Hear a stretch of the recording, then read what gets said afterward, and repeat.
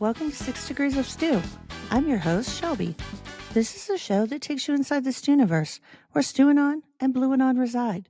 Within this universe, we examine a called expert who gave up his Chilean foster child when he joined the Moonies, a former Trump supporter whose mom may be a serial killer, a former Breitbart journalist who wrote a steamy erotic novel, the cult of Rafikiism, named after a character from The Lion King, QAnon, extremism, conspiracies, disinformation, and more.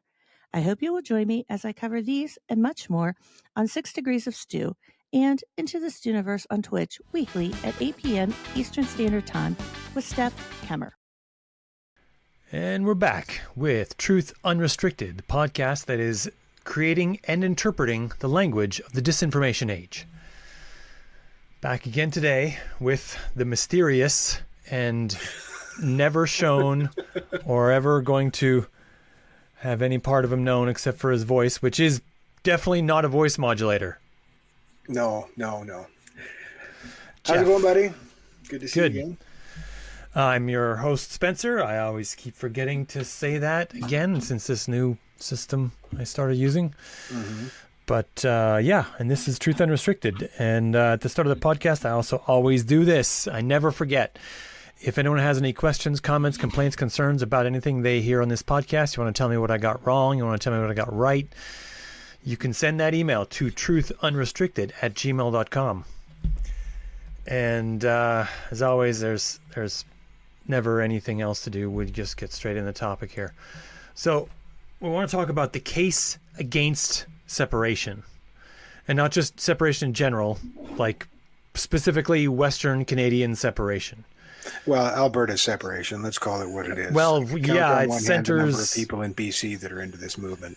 There are some, but they don't number as strong, nearly as strong as Alberta. It's an Alberta-centered idea and movement, and they imagine that BC will go along with them. And I think eventually they're gonna get disappointed there.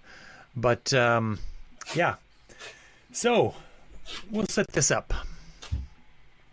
Albertans feel like their needs aren't being met, that they have no representation on the federal level, and that they want something, that when they want something, it becomes incumbent upon the liberal federal governments to deny them.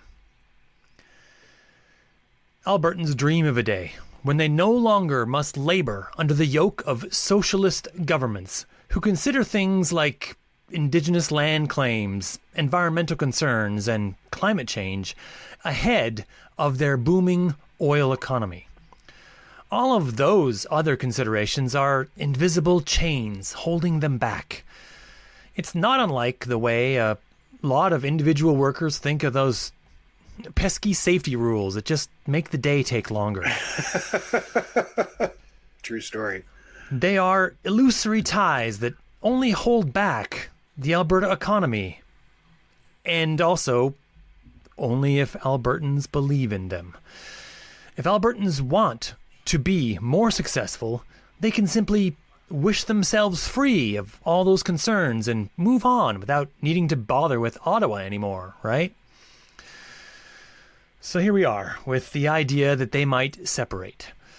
So what brought this on right now? This idea is not really new. It's been bubbling for a while, but right now in this moment, it came to be like a serious thing. So, well, because of the federal election that we just had and the way that it went. Right. So Pierre Poilievre and the Conservative Party of Canada were solidly leading in the polls in December of 2024, just 6 months ago. Really, really solidly leading. Everyone in Alberta thought they were going to get a cookie at the next election. Then Trudeau stepped down. Trump took office and started talking about Canada as a 51st state. And Carney became the new prime minister. And all of that changed everything about the way the election was going to go. And very quickly. Alberta was very suddenly no longer getting a cookie. And now they want to make the rest of Canada pay for denying them their cookie. So, this is a great way to pick a fight, Spencer. I'm ready. You couldn't have chosen more charged language for this. I am ready. So it feels only a little petty to describe the discontent of Albertans in such light terms. Yeah. But let's be clear what we're talking about. One of Alberta's primary disputes is the fact that they contribute so much more per person to the federal income tax pool, and all Canada does is give that money to Quebec and prevent Albertans from making even more money. That's right. This incredibly profitable business I'm engaged in isn't quite as profitable or lucrative as maybe it could be. How dare they prevent us from making the full pile of money? Now I want to separate. But Albertans who throw out separatist rhetoric need to answer a couple questions. Like, how is this different than selling out your country for money? I believe there's a biblical tale that includes 30 silver coins that might get referenced at some point in this process. Are separatists ready for that? So in this episode, we're going to go through some questions and some argument tactics that might be used when the need arises to discuss separatism. Unfortunately, this isn't going away anytime soon. If you're a Canadian in Western Canada, you will find yourself in discussion at some point with a coworker, an old friend from high school on Facebook, or a family member at the Thanksgiving dinner table who begins to speak more boldly about ideas that last year they may have been less eager to discuss. Many people will diplomatically change the topic or make a joke and move on. But as I said, this won't go away as easily as it has in previous discussions. So, here we are, making the case against Western Canadian separatism. So, first, any additional comments on the intro here, Jeff? Well, like I said, pretty charged language, bud. Oh, I'm ready. I've already issued a call on Facebook for anyone who is a Western Canadian separatist and feels strongly enough to come on the podcast, and I will put them on, and they'll go on YouTube and they can make their case. But they're making it against me. And so far, either no one's listening or everyone knows what it's like to argue with me already. So we'll see. Most working class Albertans wouldn't consider, their livelihood or the bread that feeds their family to be a cookie. Like, yes, I agree. The oil business is terribly profitable, right? And how dare they prevent us from making even more money? But you need to understand and appreciate that the big buckets of money are not being made by your average working class Albertans. Well, yeah, that's also a thing they need to think about, is that most of this benefits companies, not individuals. Well, and they see big bites taken out of their paycheck in tax and the whole transfer payment issue and everything else, and they blame government for the reason why their share of the pie isn't larger, when they should be blaming the speculative oil industry that is taking the primary resource out of their province and not paying them enough for it. Well, that's down to the fee structure, the royalty structure for those. Yep. Right? They Alberta governments keep reducing royalties to please the companies to keep them. I think they're giving it away right now. What's the price of oil at right now? I don't know. It dipped fairly recently. There's been I haven't tracked the price.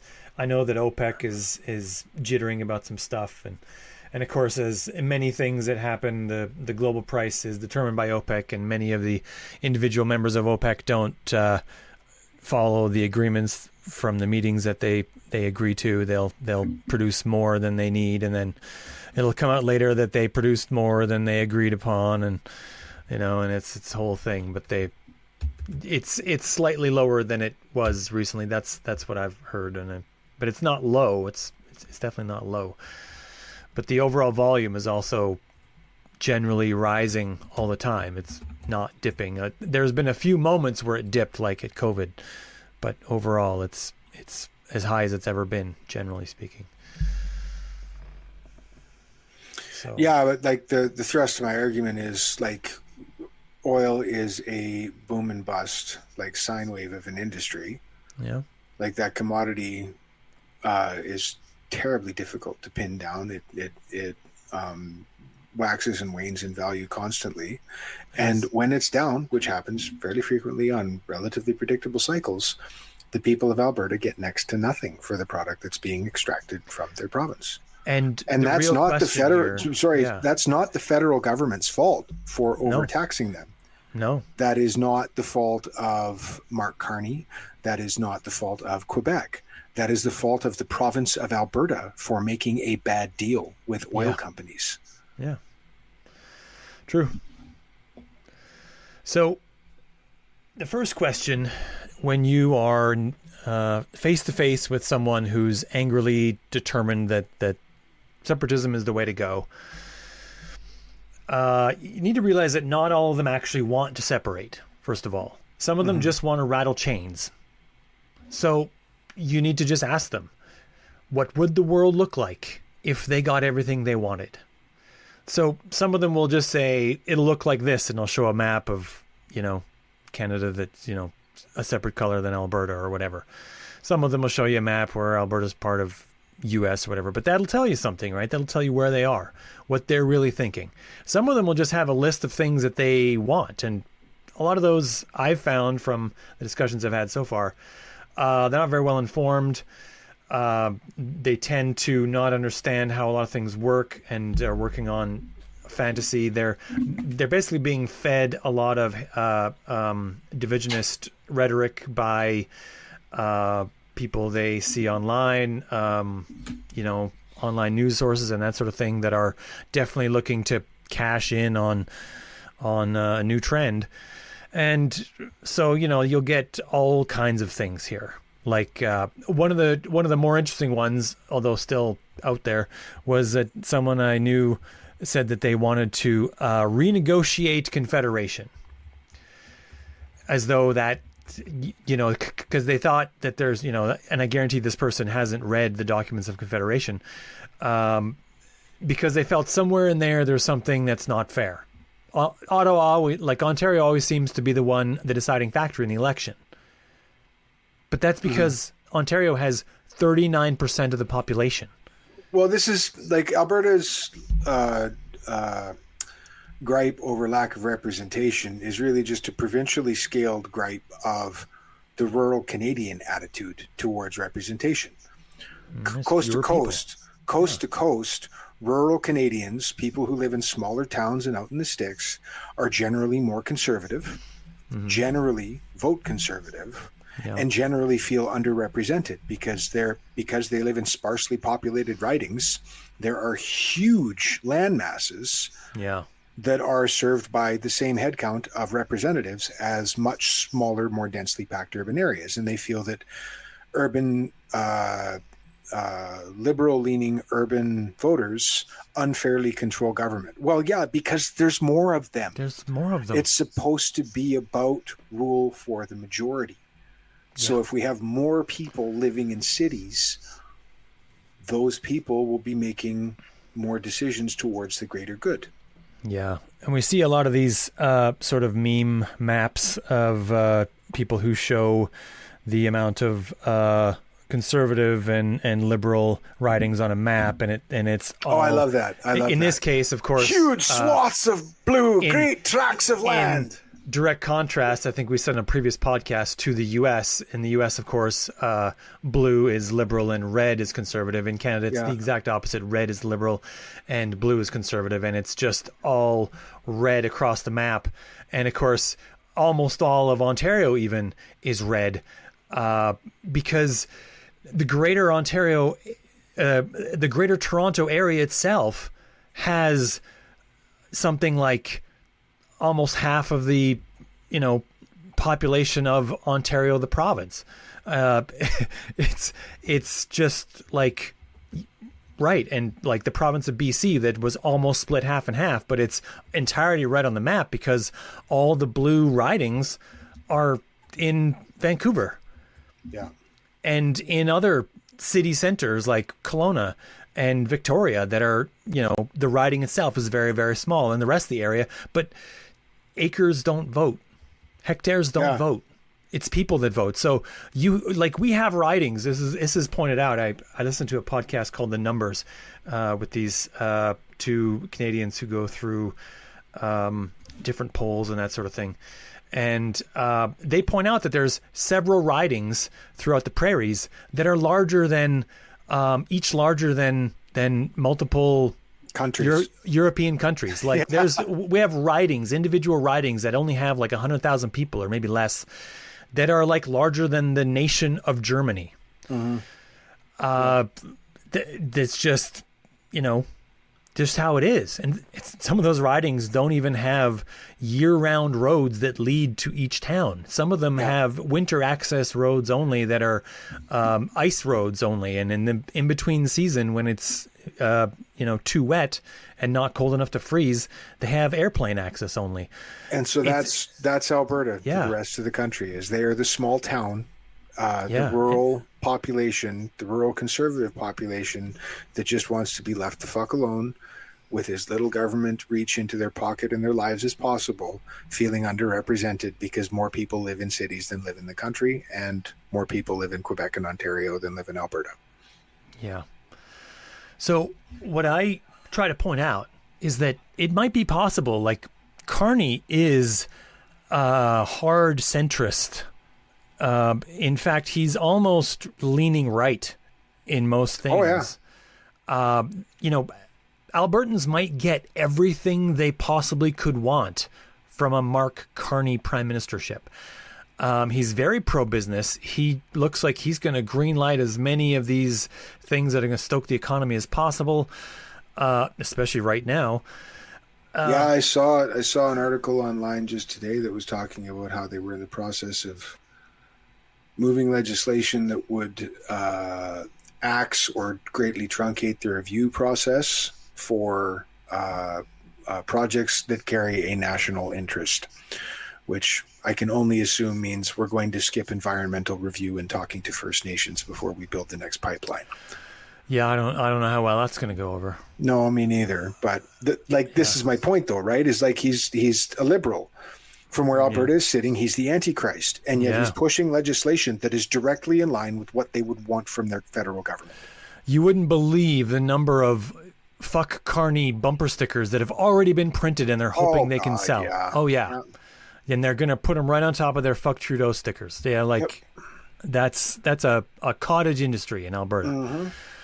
But we'll see. I mean, if they made a checklist of just the things they want and they were, blind about the name of the person that's in the office, they might get all of those things from Mark Carney, actually looking more likely that they will than that they won't. Mm. But it's possible that they're not looking for those specific things. They're looking for something else. They're looking for some kind of political change no matter the cost, which is dangerous. That's really an extremist view. That it doesn't matter what you're going to get. It doesn't matter what material things you're going to have. It doesn't matter what else is going on. You just want the thing to fall. And that's... Well, how much of the Alberta population do you honestly believe is in that extremist camp? Because, again, I'm hardly an authority on this. I live in BC. Yeah. Other than you and a handful of our other friends and a couple of family members I have in Alberta, I know very few people in Alberta. I rarely visit it. Mm-hmm. But it seems to me from where I'm sitting in my armchair on the coast, that the bulk of Albertans, like you say, feel slighted, but I feel like they would be placated if they were, say, the equalization payment thing got axed or drastically thumb on the scale in Alberta's favor. So they feel satisfied that Quebec's getting screwed. If pipelines to ports continued to get built, and we must emphasize continued because we did, Trudeau actually pushed a pipeline through to BC. Yeah. Alberta got more port access under the last Liberal government, and nobody talks about it. The media doesn't like to talk about the completed expansion of the Trans Mountain Pipeline. It was a big deal when Trudeau purchased it with federal funds that everyone across the country kicked into to buy the existing Trans Mountain Pipeline and then fight with the province of BC to get it expanded. It is now nearly triple the capacity that it was before. Mm-hmm. And that has been in operation for a year now. And it's like it escaped the Alberta brain. No one talks about it. No one mentions the Trans Mountain Pipeline. It's like they think that it doesn't exist. Maybe, I don't know. But polls on this issue, it's difficult to compare multiple different polls because they all ask separate questions, and some of them have like gradations on the answer kind of thing, right? But it does seem over the past month that the numbers are edging slightly upward from, around the 37 mark to maybe the 41 mark for a separation. And it looks like, I don't know exactly what the numbers are for separation and becoming part of the states. Which is what's going to happen. Like, let's be real. That number was 25%. There's no way Alberta survives as its own sovereign nation. No. Like they'll be their own nation for like 2 weeks, and then they will be the 51st state. Yeah. It's not feasible. I mean, all the money that they think they'll save by not paying a federal government will have to go to their new federal government, which will be located in Edmonton rather than Ottawa. And that money, well, they'll have to pay for all the things that the federal government is providing now, including defense, right? Because why wouldn't Canada just march the troops right in there and take it back? Yeah. Why wouldn't we have a civil war over this and be like, yeah, but you have no armament? Like, sucker, I don't know what to tell you. Like, why wouldn't we do that? What would stop us? Our goodwill? I feel like this isn't a path we should be pursuing. Sure. But that's a thing that's a question they have to answer. Is that, I mean, if they're going to be part of friends with the United States is going to want them to be kicking into all the defense too, just the same as they want Canada to. They imagine it's going to be so much better. Okay, so let's move on. The next question that you need to ask, this advice to someone who has to fight with an ornery separatist, is what would you want to see happen if you don't get everything you want? So this is a sort of a measure of sort of how extreme they are. If it's just disgruntlement and waiting for a new chance to have another referendum or whatever, that's a thing. But if it's more like, no, it's going to have to be radical change, revolution. This is, people have to reassess some of the people they know. I mean, that's where we're headed. This is a thing that happened in Quebec. Quebec had two referendums, one in 1984 and one in 95. Yeah. And both of them, I think the one in 84 most because it was unexpected at the time, and they were kind of a little more prepared for the one in 95 as to what this was going to be like. But this divided families. There was a lot of bad blood. It was a lot of people like, why don't you care for my issues when you vote on this thing? The referendum in 95 was razor thin. It was non-binding, but it was razor thin. I remember it was something like 50.8% to 49.2% or something. It was really, really close. Yeah, and I remember that because there was a great deal of debate and jockeying for position on how to count the referendum success. And the separatists, of course, were like, well, the margin of success is 50 plus 1. Like, if half the population plus one person votes in favor of separating, then we're separating. Yeah, well, that's all it takes. And of course, the nationalists were like, no, we need to be at least 2/3 or something like that. Yeah. And then the vote comes out, and it's effectively 50 plus 1 to stick around. Yeah. Kind of ironic.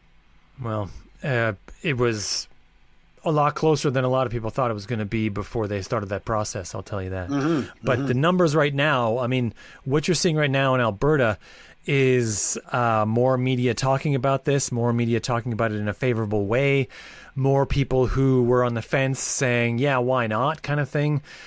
And I'll tell you that it would be hard to find many people who actually have oil field jobs who will say that they are staying in Canada if it goes that way. Like, that's, in my experience, being in line trucks for hours at a time where people start saying all kinds of crazy stuff. Generally, the mood was, when that conversation came up, was it would be better to be with the U.S. And like I say, not just separating, but being actually within the boundary of the U.S. Which is, from where I'm sitting, just a terrifyingly ignorant position. Oh, yeah, 100%. I always try to find common ground with my opponent. You want to empathize with them, or at least try and understand their position. I can't understand the intellectual position of, I think it would be better to live in the United States than live in Canada. Yeah. And like, that's for the very, very simple reason of health care. Oh, yeah, that's a big one. It's a Right. huge one. Not a big one, the only one, as far from where I'm sitting. Well, I mean, now there's also the rising specter of a lack of availability of abortions. Yeah. And how some states have very callously denied, procedures that would definitely save lives. Yeah. In one case, keeping a woman whose brain is dead alive for the purpose, for, what will be months, if that even works. Just to carry a fetus to term. Yeah. Anyways, we probably shouldn't go down this derailed rabbit hole of the monster that is the dark and nasty U.S. Air quotes healthcare system. Yeah, but many of these same people think all the rules in the states would be great, especially the gun rules, right? I mean, that's a big one for them. Too bad we can't have all the guns we want. It's right, but it's important to realize that some people who are talking about this loudly are doing it for political theater only. And I suspect that Danielle Smith herself, the Premier of Alberta, is doing this solely for political theater. And she might build a golem that turns on her. It's difficult to say. There were several politicians in Quebec who experienced a similar thing. When this happened, they thought they could just become popular and become important politicians on a wave of doing this, and then it got out of control. Mm-hmm. But some people are doing this because they think they'll get more things from it. It gives them a better negotiating position, and these people generally think that Quebec does the same thing. That Quebec, twiddles a finger over the grenade of separation in order to get more, a better deal of some kind. Yeah. And Alberta thinks it's their turn, right? That's where some people are in this process, and it's important to know that if you have to deal with someone who's in this spot.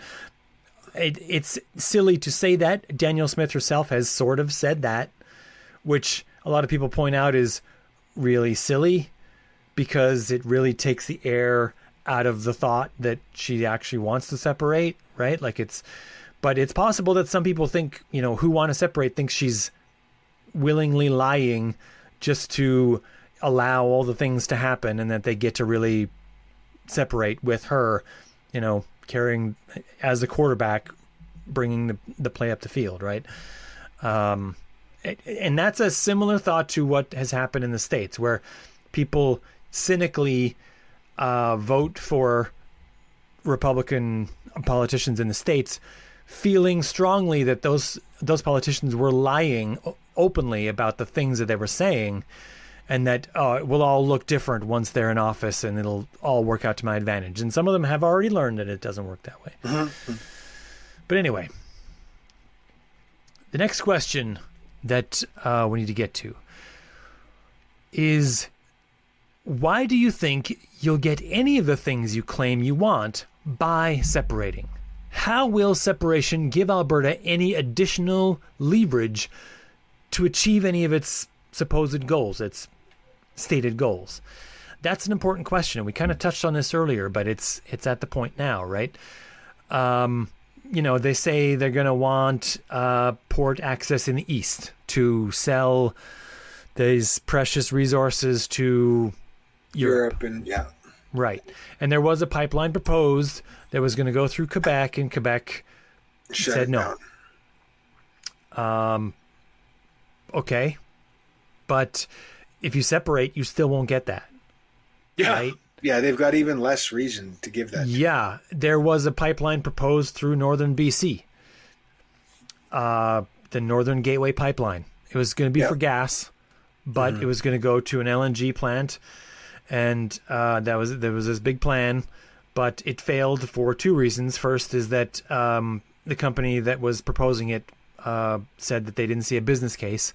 But also, they weren't doing any negotiation at all with any of the Aboriginal groups that the pipeline definitely had to move through the lands of. And they weren't doing any of that work. So it's like they were dangling the possibility and then saving money by not doing any of the work, knowing that it was never going to happen. Well, I think they were hoping that the Canadian federal government would just sort of step in and steamroll the deals for them. And of course, no, that's not how the Canadian federal government deals with First Nations. Yeah, not anymore. So, they used to, not anymore. Someday, maybe we'll go through a list of things that happened that the Indigenous groups didn't want to have happen, but not today. That's too long a list. Yeah. I don't have it in front of me. But they're not, this idea of separation is not going to get them what they want. BC already fought tooth and nail to stop the Trans Mountain Pipeline from getting upgraded, and it didn't even need to go through any new territory. It had existing route, and it just had more pipes that were thrown in alongside the old ones. The old ones were upgraded, and it increased the capacity, as we said. The Albertans conveniently forgot that it's there, and because they definitely don't want to thank Trudeau for anything. But I mean, the fact that they're not the least bit, like if we think this is political theater for them to get a greater negotiation for things, what makes anyone think they'll be grateful for any of the things they get from such negotiation when they haven't been the least bit thankful for any of the things they've got so far, like the Trans Mountain Pipeline project upgrade being greenlit and overruled essentially. Right. What do you think? Well, like I don't think we can chew much more out of this. I mean, it's a pretty simple point. Like there's a great deal of denial around the required to maintain the most extreme separatist Albertan views, right? You tell me, like how commonly discussed or acknowledged or thanked is the expansion of the pipeline. I've heard nothing. Never mentioned. It's like it's not even there. Like even like at the shop level, no one brings it up. No one mentions it. No one. The Albertans got duly angry when BC didn't want it to happen. Yeah. But said pretty much nothing when Trudeau bought it. They kind of thought it was some kind of weird ploy or something to do, screw them over once again, and then never heard of it again. The news outlets in Alberta never mention it. They never mentioned that it was completed.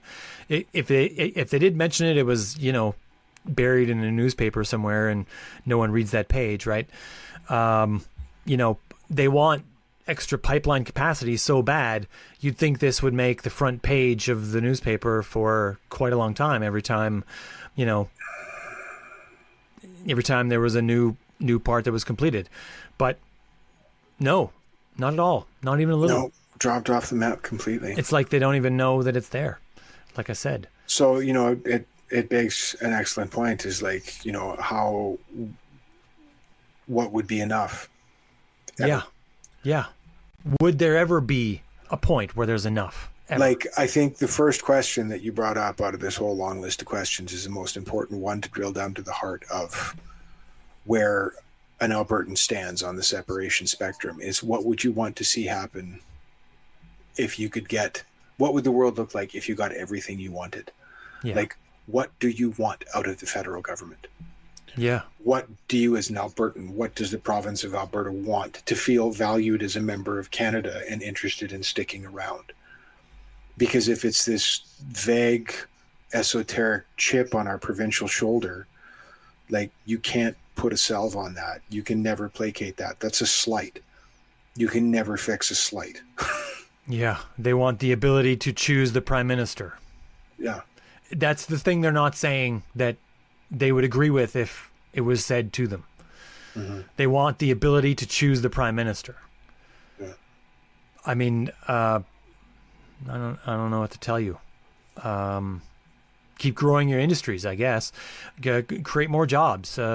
Bring more people into your province. I mean, there have been a large number of people from a lot of places in Canada that moved to Alberta. It has grown in population fairly quickly compared to some other places in Canada, and but it hasn't grown fast enough to overtake the larger provinces. It just hasn't. Another 50 years, maybe it will. Maybe, I don't know. But I don't know. So we're going to move to the next question because it's one of my favorites.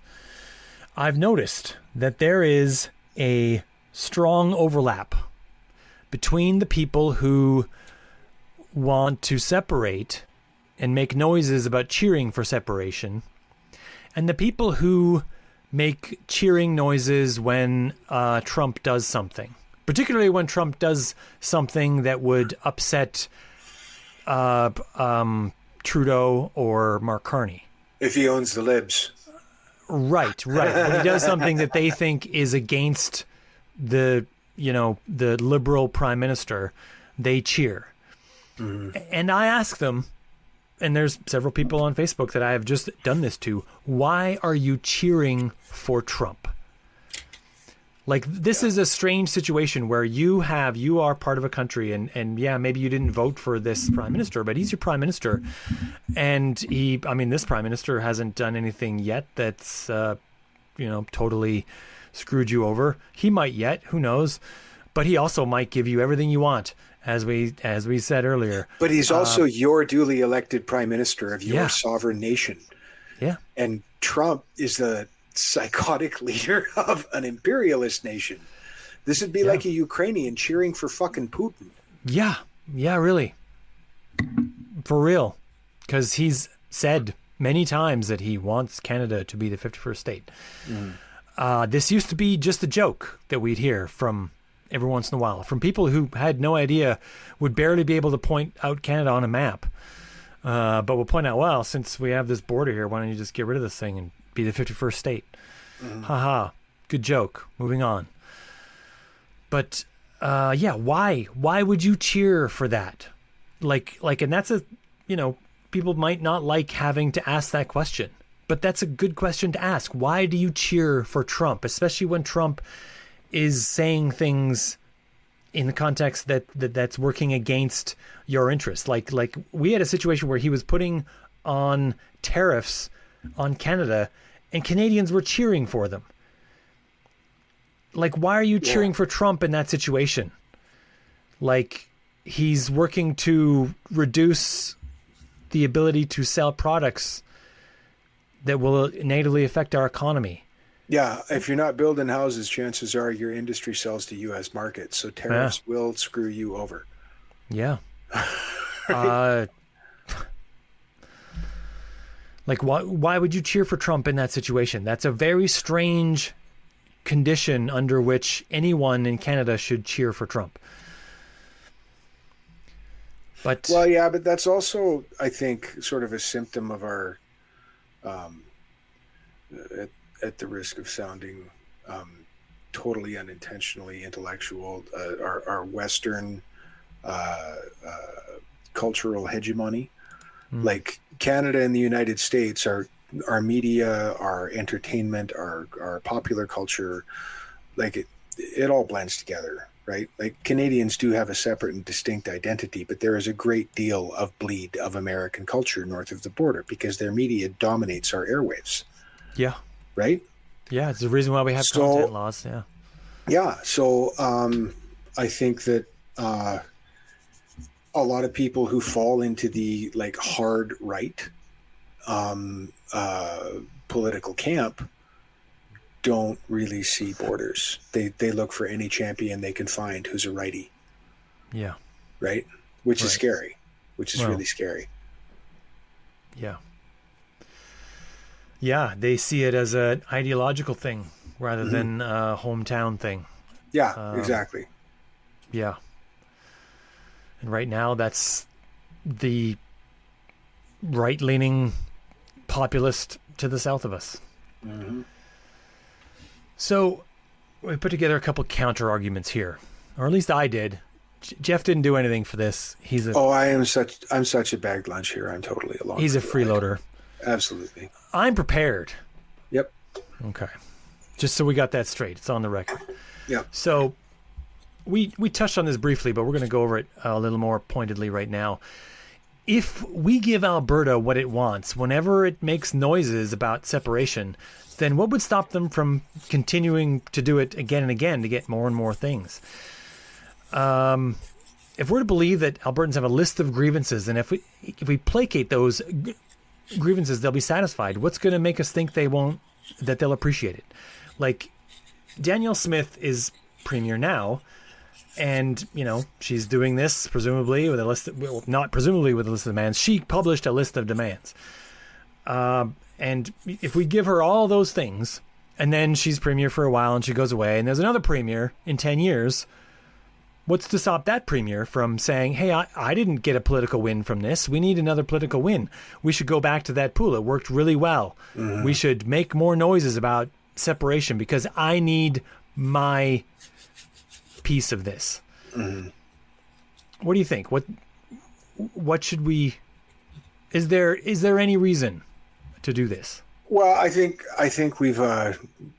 we beat this one down pretty hard already before. No, beat it down harder, Jeff. Harder. Rub their nose in it and kick them outside. I said, it depends on who you're dealing with, because I'm hopeful that there is the majority of this separatist movement in Alberta would be placated by, another pipeline. Like I think an Eastern Pipeline's coming, honestly.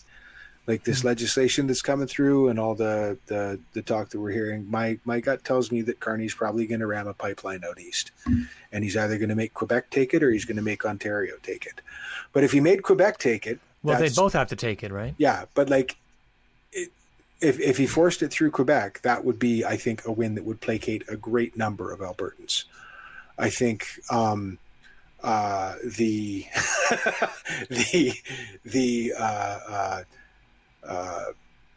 purely phallic imagery would populate political cartoons for weeks after the announcement, I'm sure. But Alberta would just love to lay one great big long dong of a pipeline right across Quebec. Yeah. And I think that would placate a lot of them. But like, you're also dealing, like we said, with some ideological extremists who, would never be placated by anything, no matter how much we give them. Yeah. And part of that is because their gripe is based on a slight, which you can never mend. And part of it is because they're being, manipulated by media forces and interests that want to make sure they always stay angry about that because it makes them easier to control. Yeah, that's a good point. Right? Like, there's a reason why the media didn't say anything about the pipeline being finished. Yeah. Because that's not news that's going to inflame an Albertan. There was no points to be made from that in Alberta. Exactly. Yeah. Yay, the pipeline was finished. Trudeau gave you everything you wanted. No, that doesn't. That wouldn't sell any newspapers. Yeah. Exactly.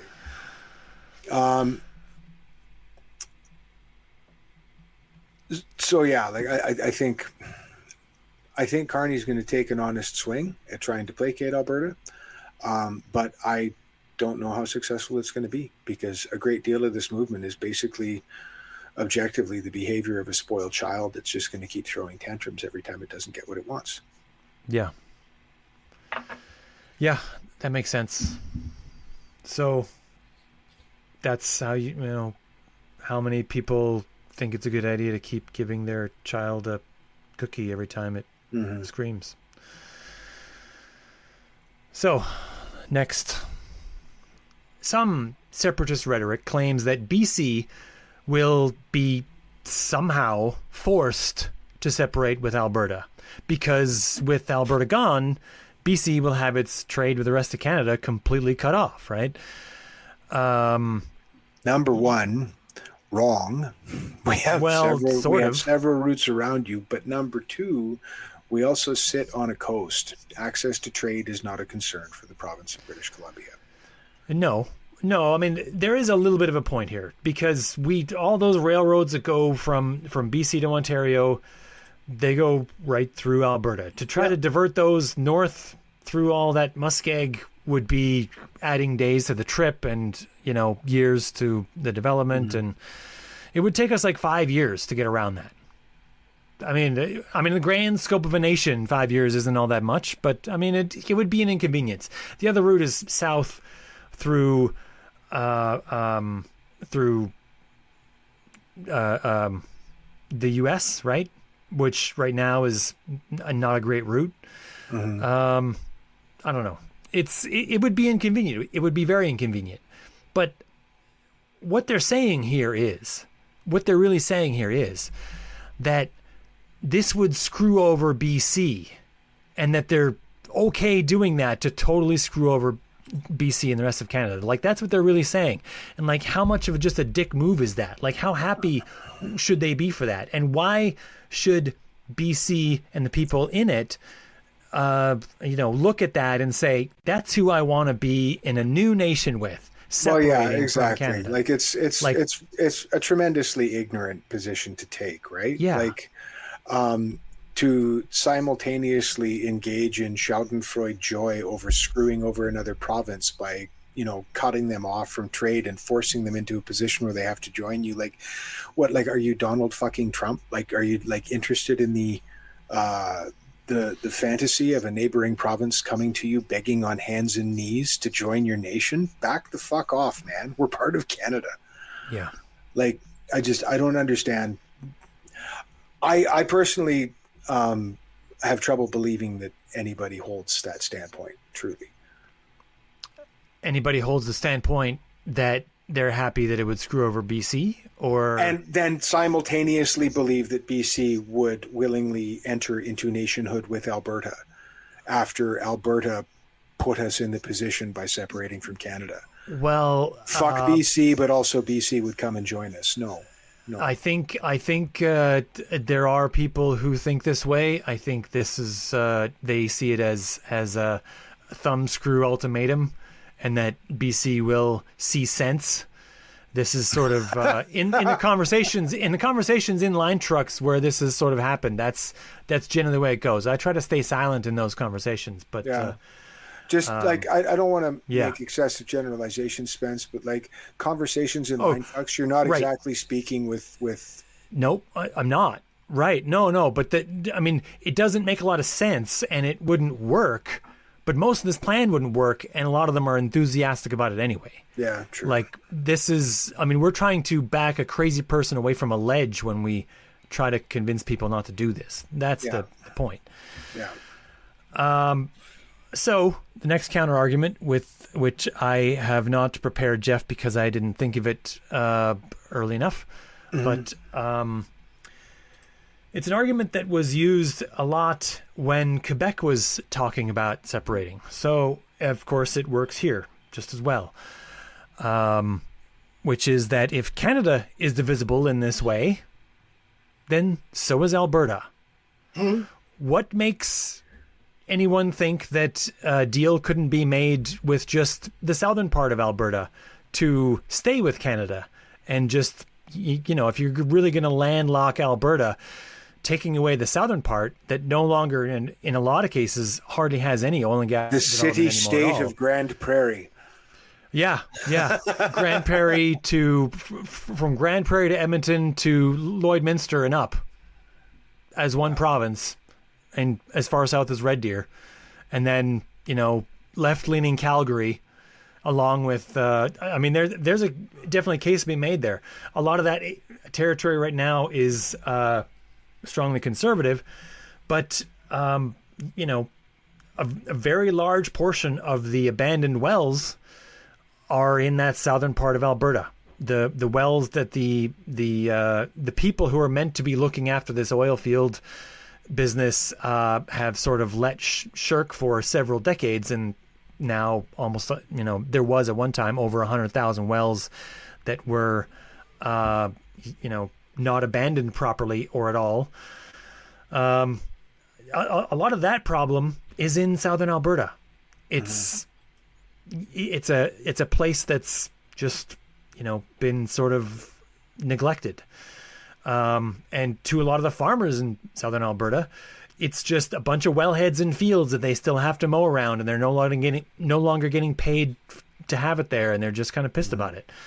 And also, I mean, if this is about separating the area that's making the money, in quotes, from the area that's just sucking all the money away, then the same case could be made about the northern Alberta versus southern Alberta. I mean, why are you going to support, College Town in Lethbridge, right? All those arts students there. What do we need arts college for? Like, arts doesn't do anything. It's not going to help the oil field.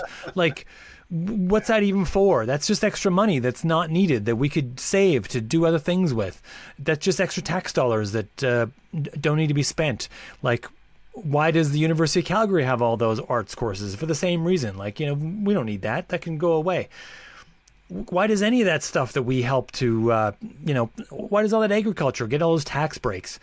They're just a bunch of freeloaders who aren't paying enough tax in that case, right? Like that, Alberta has a lot of tax breaks for people who work in agriculture for a very good reason, because we want them to keep making food. It's a shit job. Like, they need something to keep them in this business that feeds everyone. But I mean, if you're really going to separate it into the haves and have-nots, there's a case to be made that, separate that thing. They have two separate issues going on there. Why wouldn't we want to divide it up and carve our own piece of the newly made state of Alberta and carve it up and have a piece come back? Like, Albertans haven't thought about that. They think that Alberta is totally not going to separate itself, but Canada can be separated. What do you think of that? Is that argument good enough? I think every extremist thinks that they're part of a vast. Everyone will go with them. Everyone loves my idea. Yeah. Right? Yeah. Unstable genius. Well, I mean, this was one of the arguments that was fairly effective in Quebec, as I understand most of those discussions, which was that there were entire regions that didn't really want to separate, right? And why shouldn't Quebec just divide itself up and some portion of it leave? Which was really going to suck for Quebec, because all the cities were going to stay with Canada, especially Montreal, which would be much more difficult for the rest of Quebec to survive, even without Montreal there. So the last thing I want to say about this, in sort of wrapping up, is that we make these arguments. Yeah, we want Alberta to stay, but we want Alberta to stay because it would be better for Alberta and Albertans. It would be drastically terrible for Alberta and Albertans for them to separate, and under any condition to separate and become their own landlocked country, or to become the 51st state. That would be terrible. Without BC. Yeah, for friends and relatives of mine, like it's the same reason why we want Alberta. I mean, the most of the crux of the argument about and the discontent with Alberta is centered around climate and climate change. The rest of Canada would love for Alberta to start working on developing some other industries. Because we see a world in the future where we use other sources of energy that don't contribute to as much carbon as the energy sources we have now. And that maybe by doing that, maybe we can avoid real catastrophe, right? And on the road to doing that, those oil jobs are going to go away. Like if the rest of the world, like India and China and then eventually many other nations moved away from needing oil and coal and all these other things, those jobs in Alberta, like the pipeline to the West Coast, would also be totally useless. Yeah. Right? Like it would be gone. Right? Like the only reason to think that that oil has a future is because the U.S. hasn't gotten on board with a climate change agenda to really, solve this thing. But if the biggest market, along with the other ones that are becoming very, very big, if it changed and said, okay, we're really going to do this now, we're going to stop using all these products that put more carbon in the air, then Alberta would really be screwed, right? Like they should use their money that they have now from all this oil money to work on other things that they could do to still have an economy and jobs when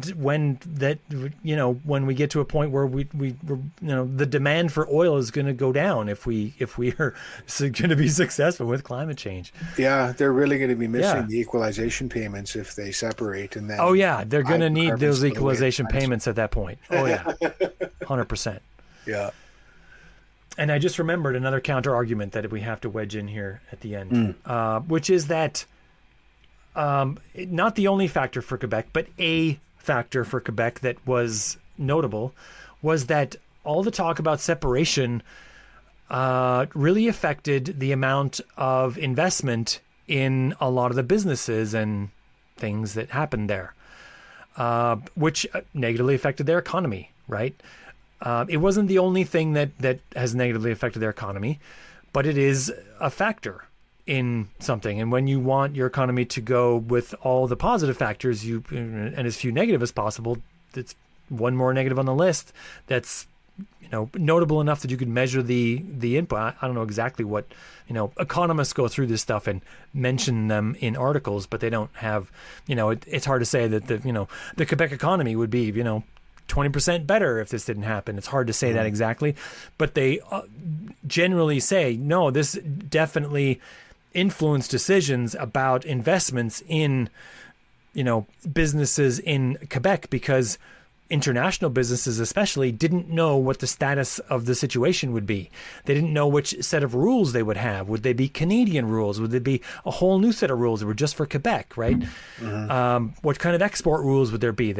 All that uncertainty led to fewer investment dollars in Quebec, and not just international businesses, but like even Canadian businesses were less likely to invest in Quebec. Invest in things in Quebec because of this. And the same thing is starting to happen in Alberta already with this very loud noises about separation, is that some companies, international oil companies maybe, are saying, yeah, okay, well, I was going to expand this project, but now I don't know if I want to, because maybe I expand it and then I won't be able to use that pipeline to BC that I'm already using for a lot of my product.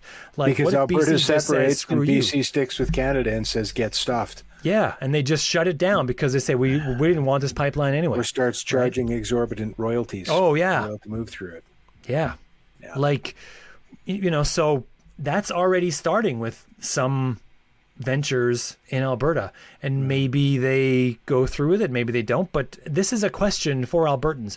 Do you want to create all this uncertainty that could negatively affect your economy, or do you think you can just spin that into, how dare they make us do this separation that negatively affected our economy? That sounds more likely, actually. That sounds more likely. I've already had some people say things like, we're not the ones causing the problem, you're making us do all this bad stuff, so you're the real problem. Oh, yeah. No, man. You're the one advocating for change, and the change would be bad. So you're the one that's causing the problem. I'm sorry. That's just how logic works. Yeah. So any final thoughts, Jeff? Well, the whole thing, to be honest, makes me very sad. I don't really see the gambit succeeding in any meaningful way. I'm hopeful that once Carney makes a few significant gestures like an Eastern pipeline and perhaps some tax relief, that might take enough wind out of the sails of the separatist movement that this goes away where it belongs, to the dustbin of history. But in the interim, it's a pretty scary time, and I never thought I would find myself in a position where I had to argue in favor of maintaining Canadian sovereignty and Canadian unity. It just, boggles the mind. I will admit, Jeff, that when I was a much younger man and less wise, I made similar noises about Western Canadian separatism. 18 and 19-year-old me was all for it as a young man looking to make change in the world at any cost. Absolutely, that would be tremendous. That would be great. But I hadn't seen very much of the world yet. I didn't have a wider view. I grew older and wiser. And I think it would be a remarkably terrible idea if it went that way for any collection of provinces that did it. Even Quebec, it would be a slow slide to becoming whatever the U.S. wanted them to be, whether it was a state or whether it was just a lone nation that was so dependent on the U.S. for everything in its market that a state or a Puerto Rico. Yeah. A territory that doesn't even get to represent itself.